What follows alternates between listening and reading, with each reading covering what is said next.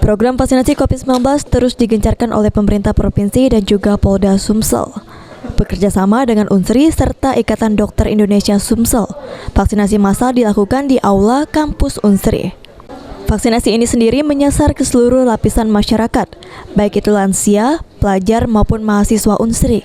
Dalam vaksinasi yang dilakukan selama 10 hari, ditargetkan perharinya bisa diikuti oleh 1.000 peserta. Staf ahli Pemprov Sumsel Rosidin Hasan yang mewakili gubernur menyatakan, hingga saat ini pemerintah Provinsi Sumsel terus menggencarkan program vaksinasi massal dengan tujuan untuk mempercepat herd immunity di Sumatera Selatan. Bagian penting dari kita semua dalam rangka mengakselerasi atau mempercepat jumlah masyarakat Sumatera Selatan yang divaksin. Sekarang ini kan masih jauh kan. Untuk itu maka Unsri yang kemudian berkolaborasi dengan Polda, dengan siapa saja yang kemudian hari ini mudah-mudahan sampai 10 hari ke depan kita akan menjaring masyarakat Kota Palembang, Sumatera Selatan untuk segera. Selain di Unsri Bukit, vaksinasi massal ini juga dilakukan di Unsri Indralaya dan juga direncanakan di beberapa lokasi lainnya.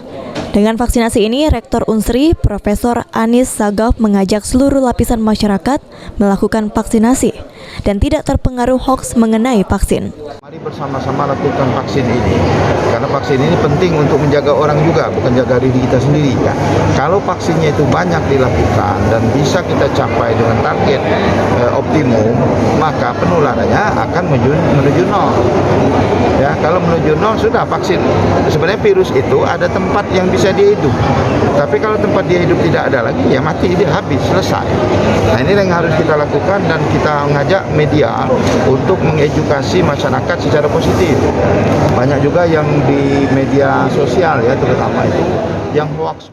Sejauh ini capaian vaksinasi di Sumatera Selatan sendiri masih di bawah angka 50%. Oleh karenanya, pemerintah dan juga TNI Polri terus menggencarkan program vaksinasi massal dengan tujuan untuk mencapai herd immunity di awal tahun 2022 mendatang.